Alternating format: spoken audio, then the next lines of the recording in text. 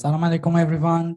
And tonight, the third night of Muharram, 1445 or 2023, we are honored to have our speaker, Dr. David Coolidge, who has recently received his PhD degree in Islamic Studies from the Graduate Theological Union, GTU, in Berkeley, California. From 2008 to 2013, he worked as a Muslim chaplain, first at Dartmouth College and then at Brown University. From 2014 to 2017, he taught a course on Islamic law and ethics at New York University, NYU. He has served on the boards of various American Muslim institutions, including Zaytuna College and Taleef Collective. Tonight, we are honored to have him as our speaker with his talk titled, Why Husayn? Please, Dr. Coolidge. Thank you very much.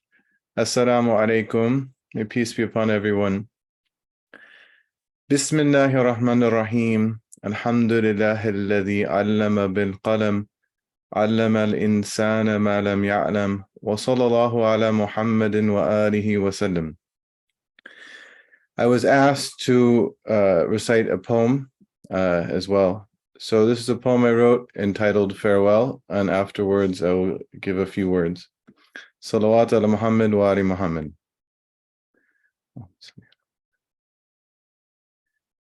When I was young and the world was new, I was filled with joy at everything I could do. The spring brought rain, and in summer felt sun. I could dance, I could laugh, I could swim, I could run. But at times I would feel a piercing cold wind blow and wonder in my heart about those below. I approached an adult with a question in my heart. What happens when we die? And the fear began to start. They said they did not know, and about this we do not think. There is so much to enjoy, to eat, to touch, to drink.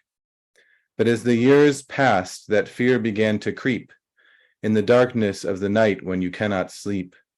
The blinding of the eye, the ending of the me, the world will go on and nowhere I shall be. But then there came a man whose name was Al-Mustafa, who said in death is life, nothing to fear at all.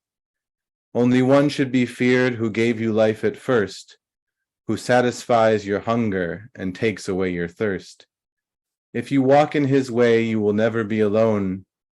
Even in your grave, angels will come to bring you home. And for years I walked with him, and he blessed me with a son, hoping to see him safe until my life is done. But then the one, he told me about the son of Husayn, and learned that I know nothing of tragedy and pain. In ancient sands under burning skies, death was all around, body upon bloody body sinking into the ground. If I had looked when I was young, only despair would I have seen. Unable to bear history's oppression, what could this possibly mean?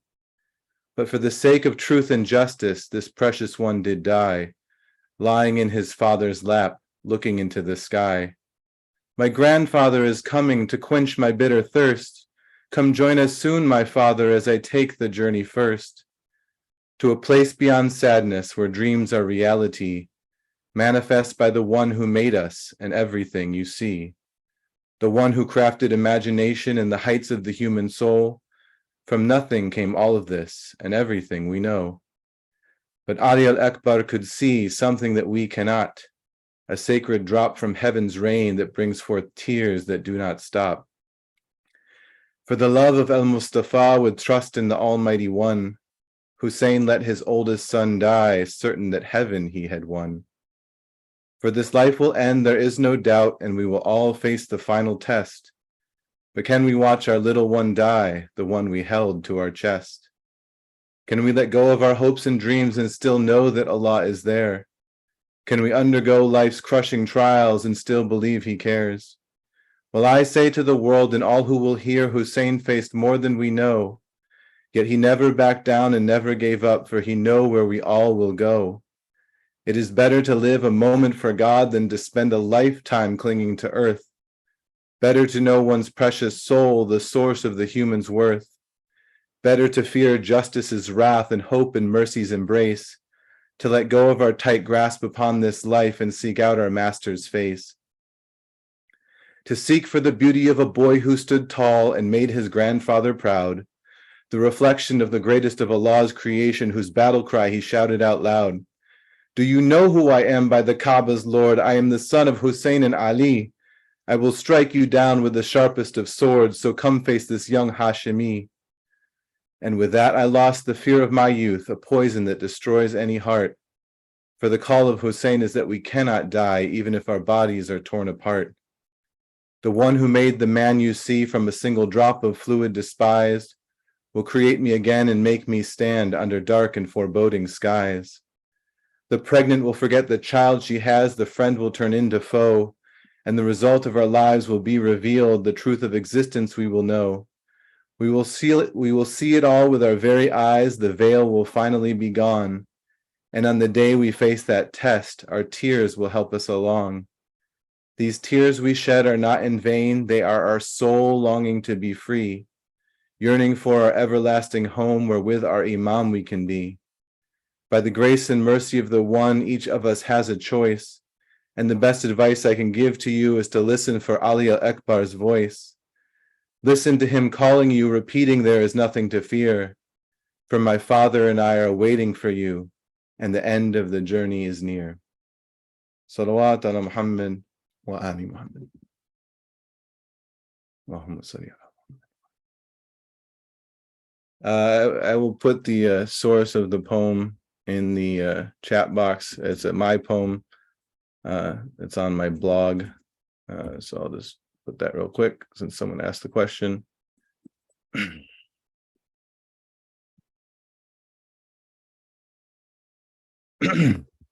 So my reflections for this evening are entitled Why Husayn? I'd like you to try to imagine how you consider time and space.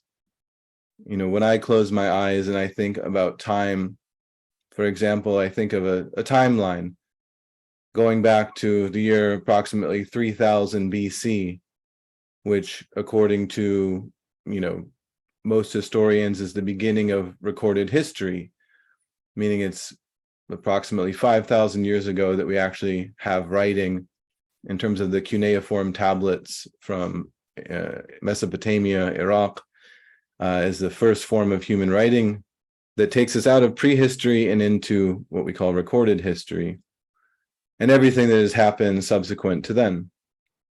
When I close my eyes and think about space, I think about Google Maps, and I'm sure all of you have used, Google Earth at some point and zoomed out so it becomes like a floating ball, and you can sort of zoom around the Earth and travel to anywhere you want.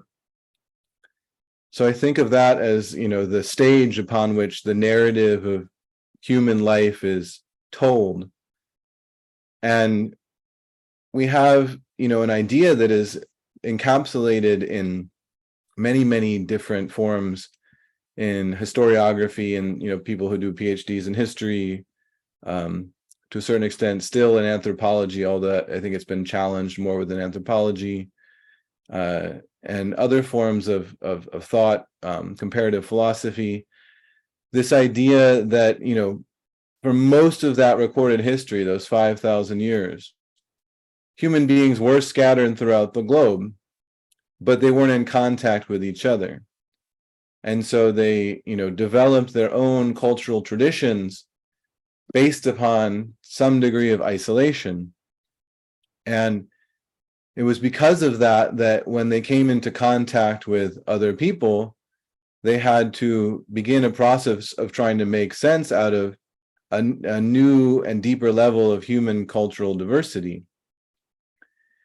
And so this idea became, part of the idea of modernity. The idea that modernity was in many respects tied to the linking together of the globe under European colonialism. Now, the historian Michael Cook, in his book, A Brief History of the Human Race, argues that the first phase of globalization was actually Islam, that Islam is the first historical force that brought together the Eurasian landmass.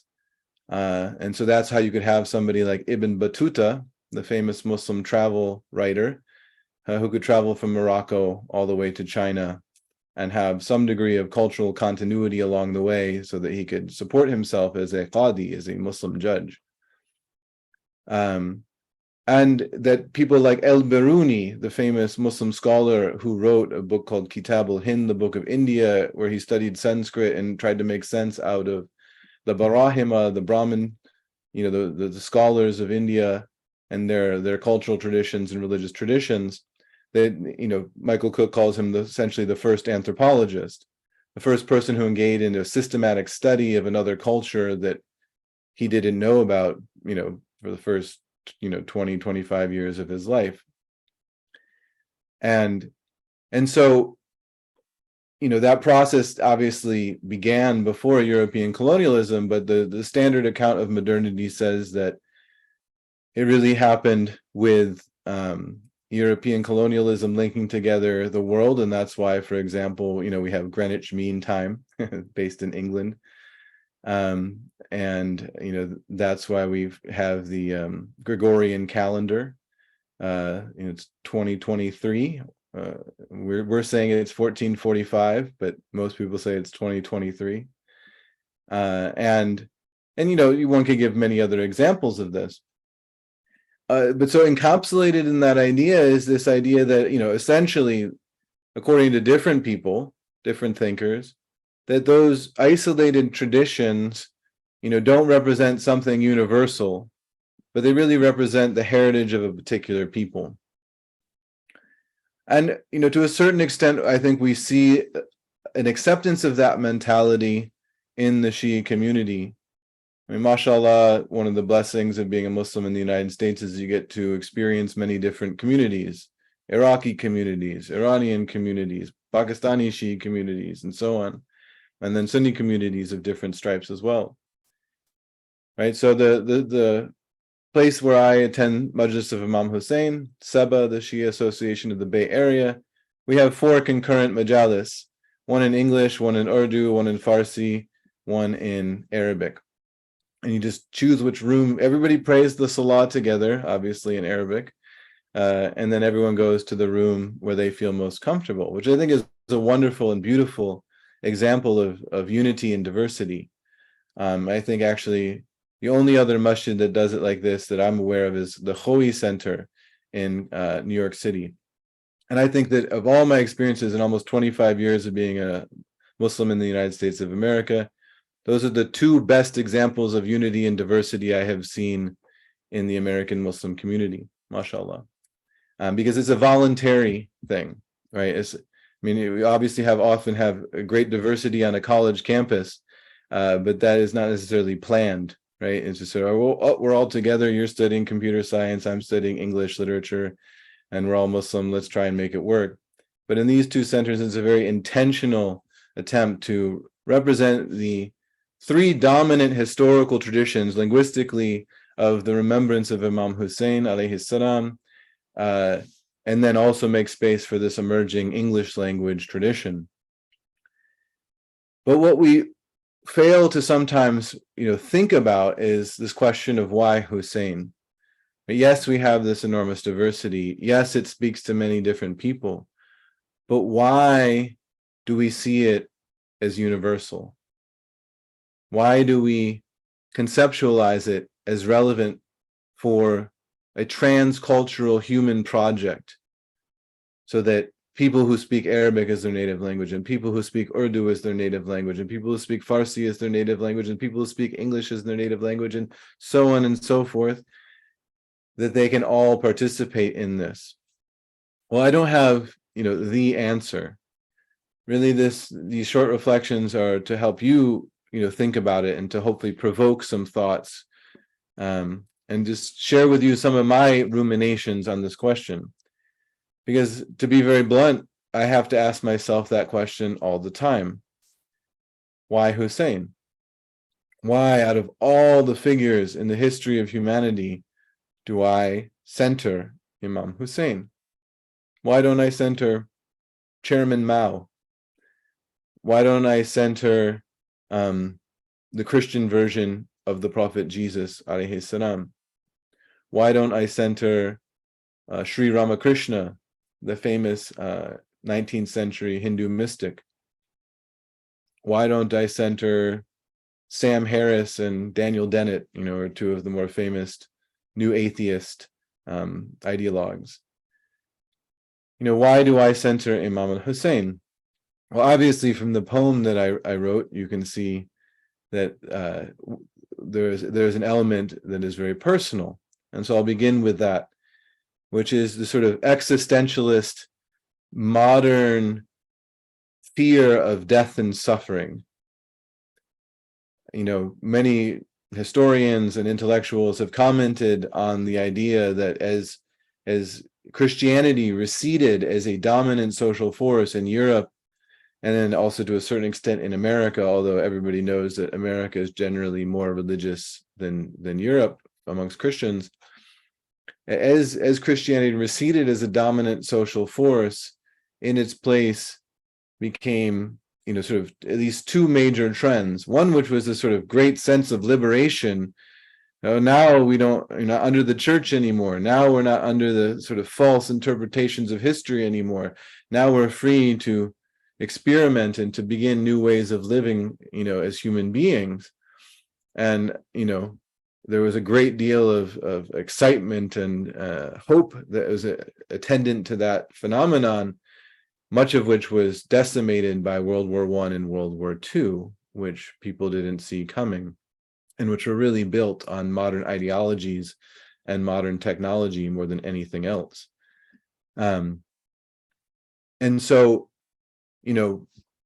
many commentators, again, historians, sociologists of religion, have remarked on the return to religion in the second half of the 20th century, that what was called the modernization thesis began to fall apart.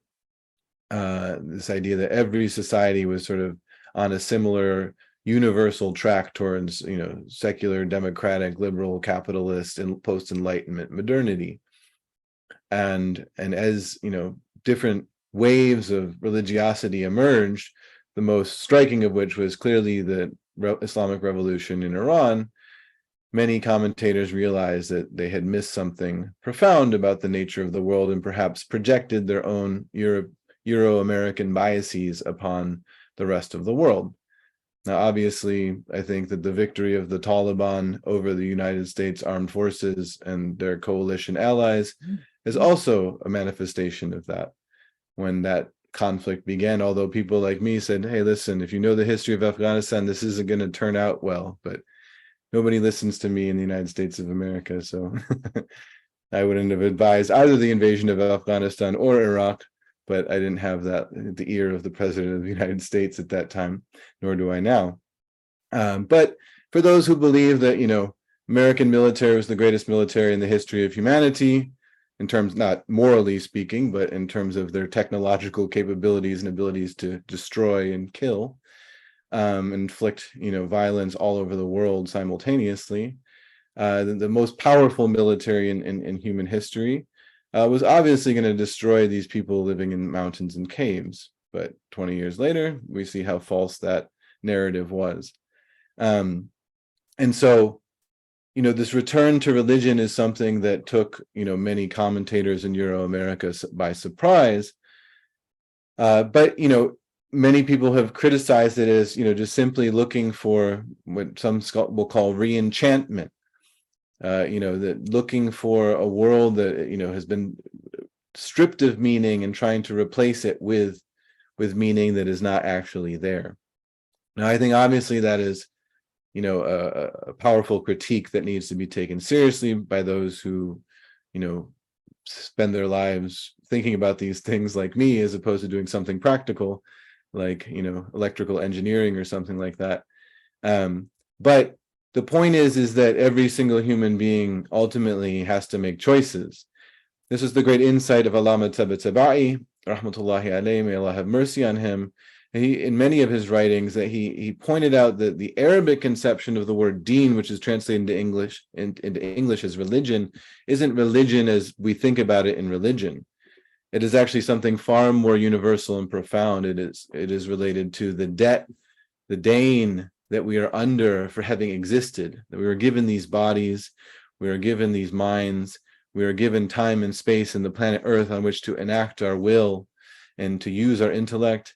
And we are given that some degree of freedom to do so. And so how we live our lives, how we use these things. I didn't make my hands, I didn't make my eyes, I didn't make my lips and my tongue that are enunciating these words, nor did I make the mind that is formulating these words in my head, right? Allah made all of that. But I have to do something with it, right? No matter what I think about it, I have it, and I have to do something with it. And so what he says very clearly, talking about Sayyid Muhammad Husayn Tabatabai, died 1981, rahmatullahi alayh, that he, said that all human beings have a deen. All human beings are under this existential condition to have to make choices and to have to come up with some story that they tell themselves in their head about what life means, and therefore provide some coherent narrative about why they're doing what they're doing. Obviously, you have some people like avant-garde, people like Salvador Dali, who spend their lives trying to sort of disrupt any sort of coherence, and other sort of postmodernist shock performers and philosophers. But most people are under, the awareness that they want their lives to have some sort of coherent meaning and their actions to have some sort of coherent meaning.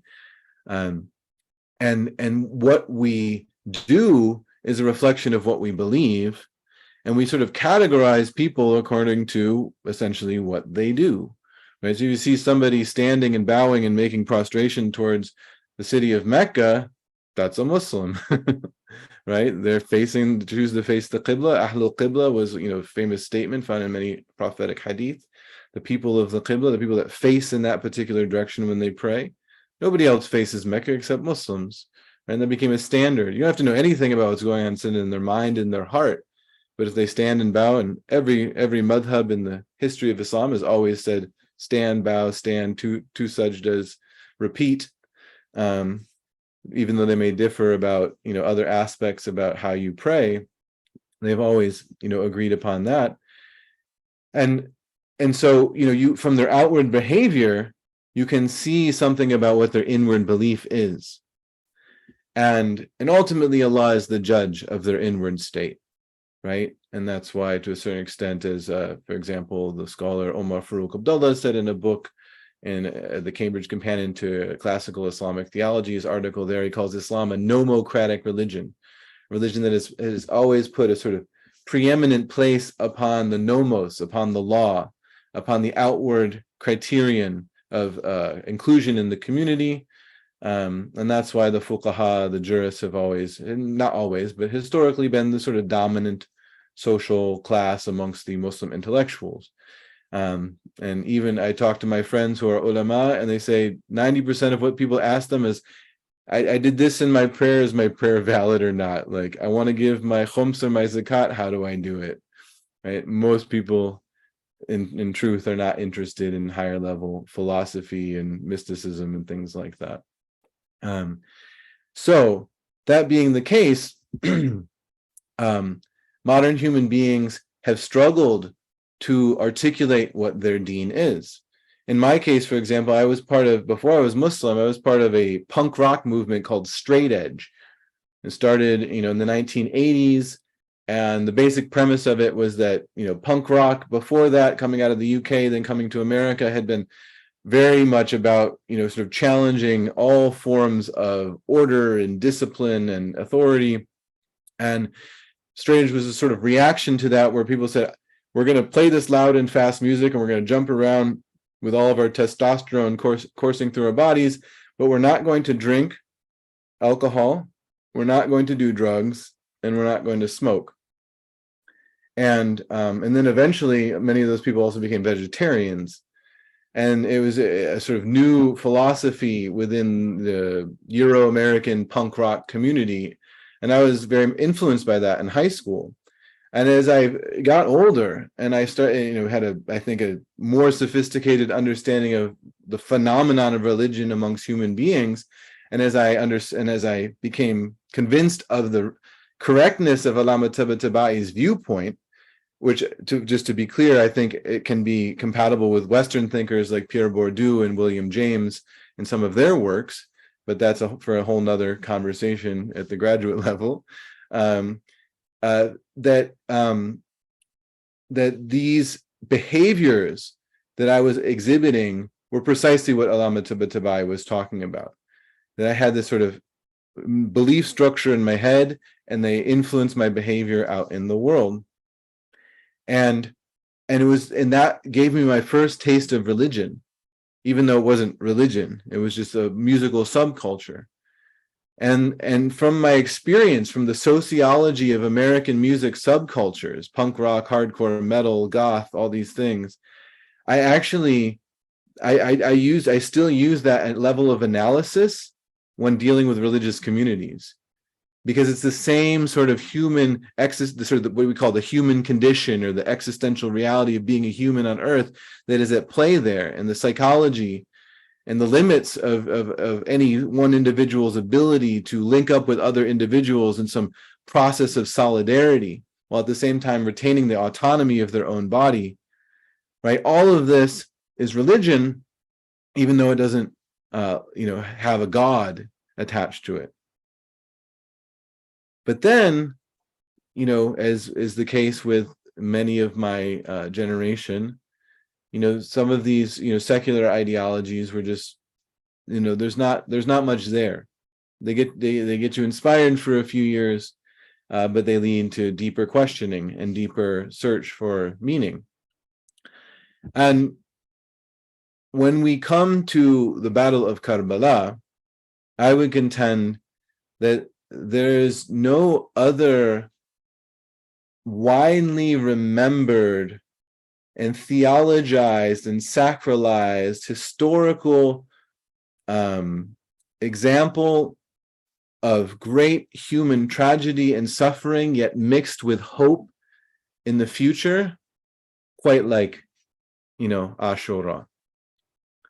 And, for example, there are some similarities. There's, for example, the Bhagavad Gita is all about war, and I've written a comparative study of a verse from Quran and a verse from the Bhagavad Gita in an academic journal, exploring this idea. But the battle of Kurukshetra, in which case the Bhagavad Gita takes place, for, I would say, the average modern westernized person, is just too filled with myth that is, very difficult to believe. Obviously, with all due respect to our Hindu sisters and brothers who believe it, very clearly, the great Hindu epic, the Mahabharata, is a story of two, rival factions that are struggling for the kingdom. Similar in many respects to Banu Hashim and Banu Umayyah in the Islamic context. But in that story is then also all these different gods and godmen and other figures that make it feel not historical to many, I think, in the West. Although that could be challenged, but I'm just, obviously, from a Muslim standpoint, I think we would all agree on that. So it's not to say that Karbala is the only one, but I think it's the only one that has like a more historical, sort of vignette to it, that we can see the lead up to it in history in terms of like the Banu Hashim and the Banu Umayyah and the role of Muawiyah and so on and so forth. And then we can see the aftermath of it in terms of the Tawabun and in terms of the revolt of Mukhtar al-Thaqafi and so on and so forth. Right? So you can just be a historian, analyze it historically, and write a book about what's, usually scholars call the Karbala narrative, right?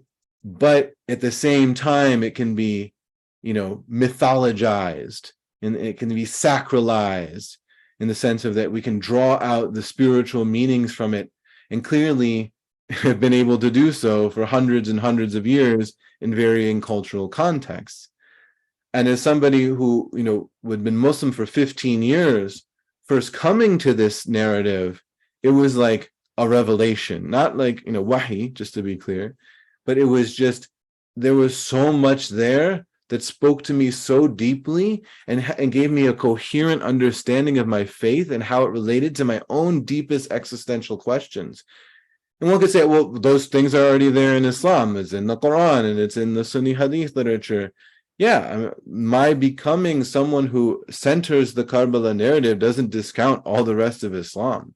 It's not like, sometimes people criticize, the remembrance of Imam Husayn alayhi salam as if like we never do anything as Muslims throughout the rest of the year, but for these 10 days, we just like, beat our chests and go, yeah, labbaika ya Husayn. And that's like what it means to be a Shia Muslim. Obviously, that's false representation. But there is something special about these nights. And there is something special about Imam al-Hussein. And of course, as probably some of you know, there are many books and many majalis that have been recorded by scholars far more learned than me that will talk about the ontological qualities of Karbala and what it means. And so, those people are far more, qualified than me to talk about that.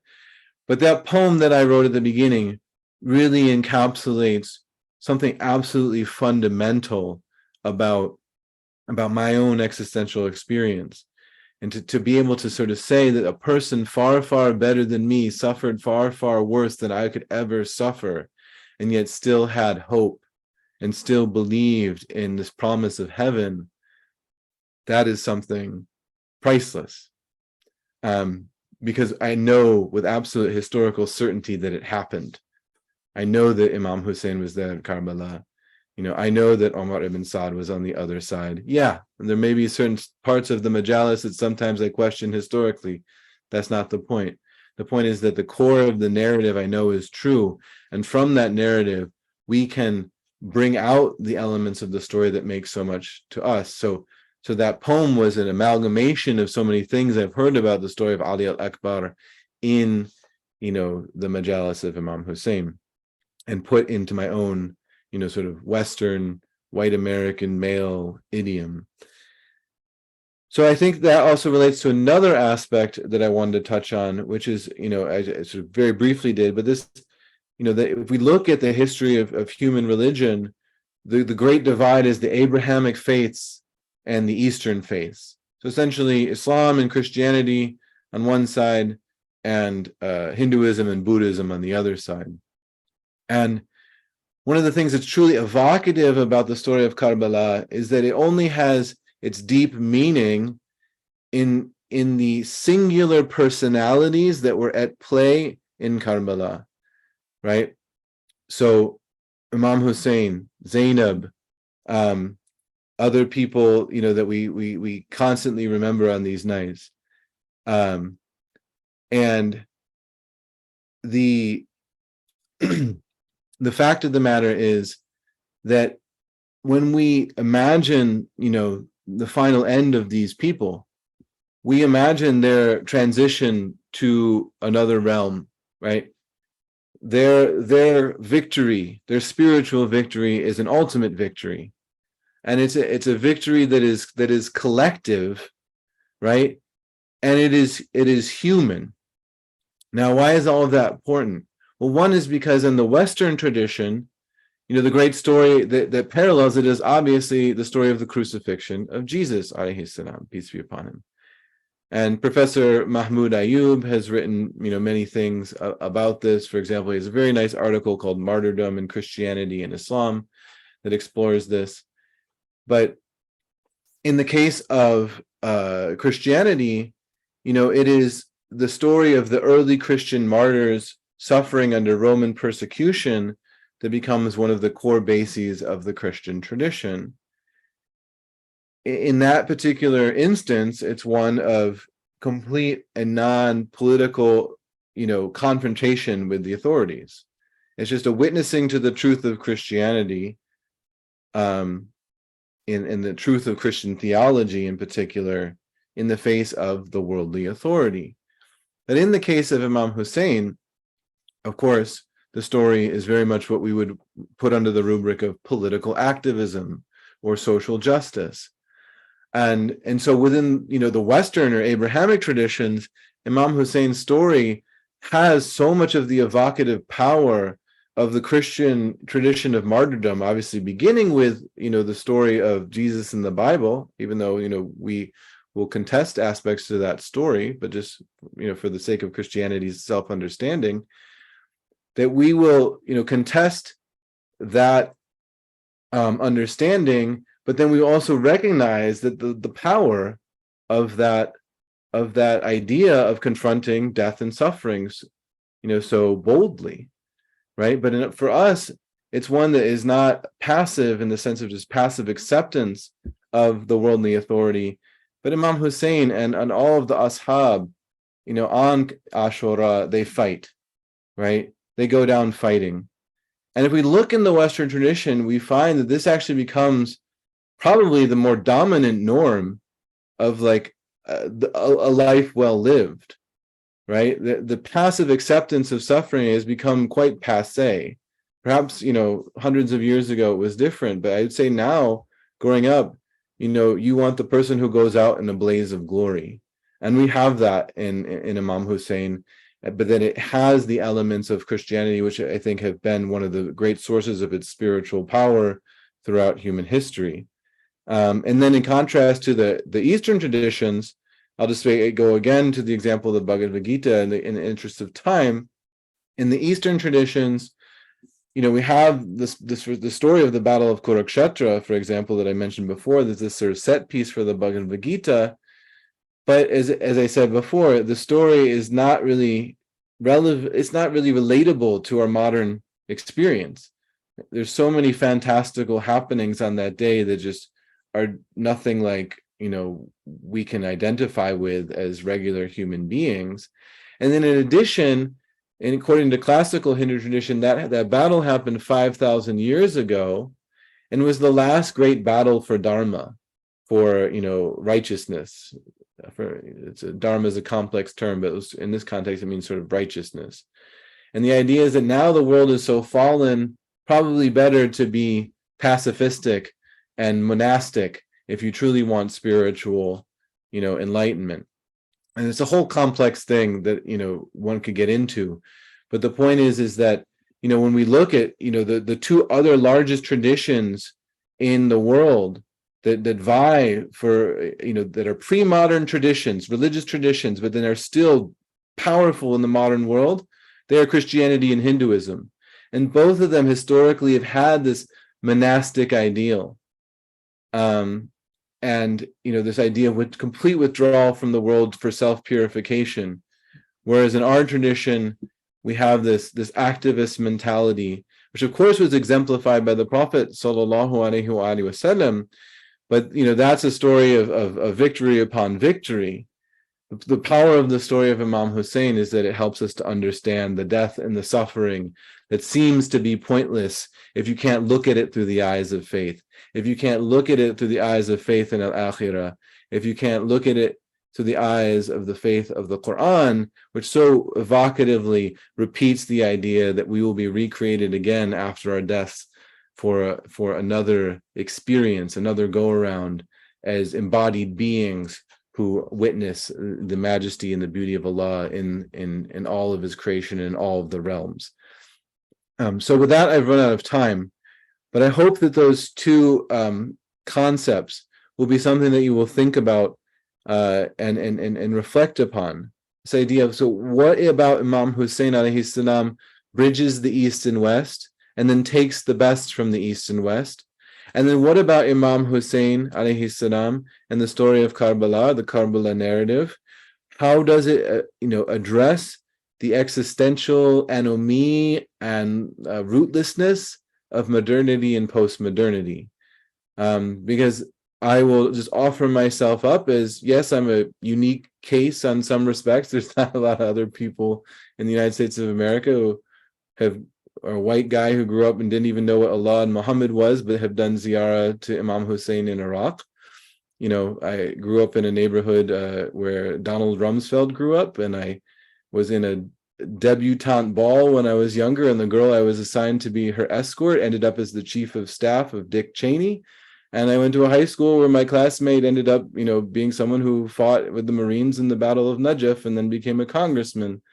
So my historical tradition, my rootedness as a white Anglo-Saxon Protestant American historically is one that, I should have been on the other side of this story in many respects, theologically and also politically.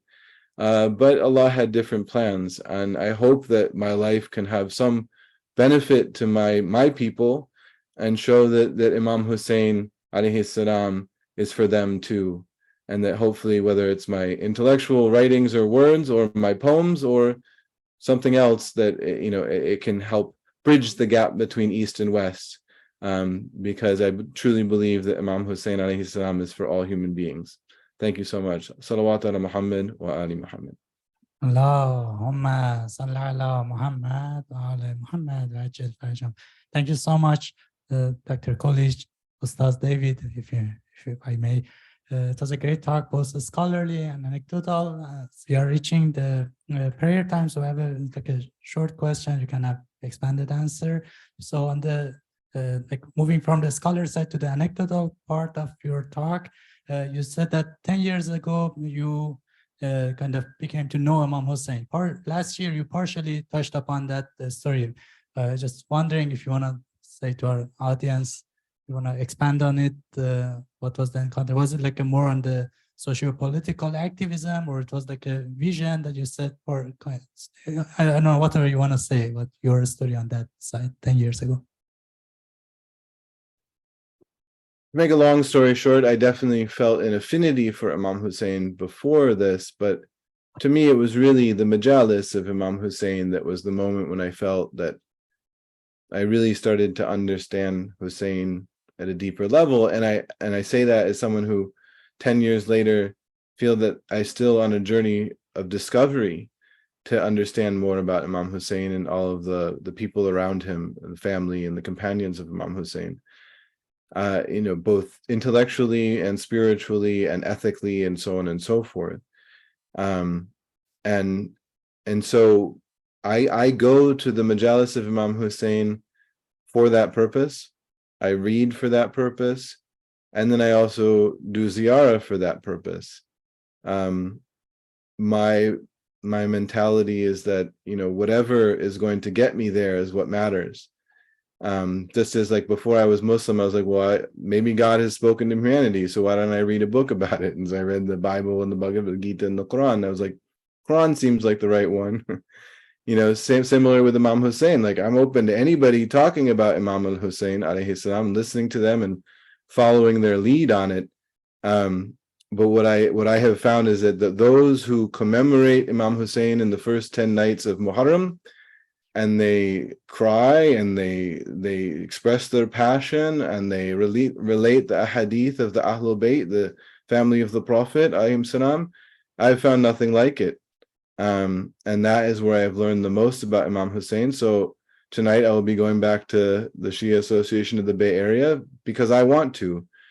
As I think that's the most, powerful thing to me about the story of Imam Husayn. This relates to what I spoke about last year about freedom, is that this is not wajib. This is not like fasting the month of Ramadan, right? If you miss a night of, going to the majlis, it's not haram or anything like that. So we do this out of love, right? And so when you've started to feel that love for Imam Husayn in your heart, you said, you felt that pull. I really want to know this person that I've never seen nor heard, but I feel like they're real and they're having an impact on my life. Then you just want to find that wherever you find that. And alhamdulillah, for those who put together these majalis, all of you who have put your efforts into making the majlis, you are the people that make it happen. And I truly believe that your collective love for Imam Husayn and your service to the Ahlul Bayt shines through the experience of these gatherings. Yeah, thank you so much. Your saying reminded me of a famous saying from Sheikh Hari Yazdi, the founder of Qom seminary, like a century ago. He was saying that this azadari, the majalis, are mustahab, but many wajibs come out of that afterward. Like people come to and they just become religiosity and increases, and people end up to become even acting on the wajibs afterwards. So great thing. Thank you so much. We all appreciate you. And we have a Adhan prayer now. So as salam and thank you so much. Please remember us in your tonight's Azadari at Sabah Center. we will, May Allah call bless for your you as well. gathering, and may Allah bless our gathering as well. Inshallah. Ameen. As-salam. Amin. Alaikum salam wa rahmatullahi wa barakatuh.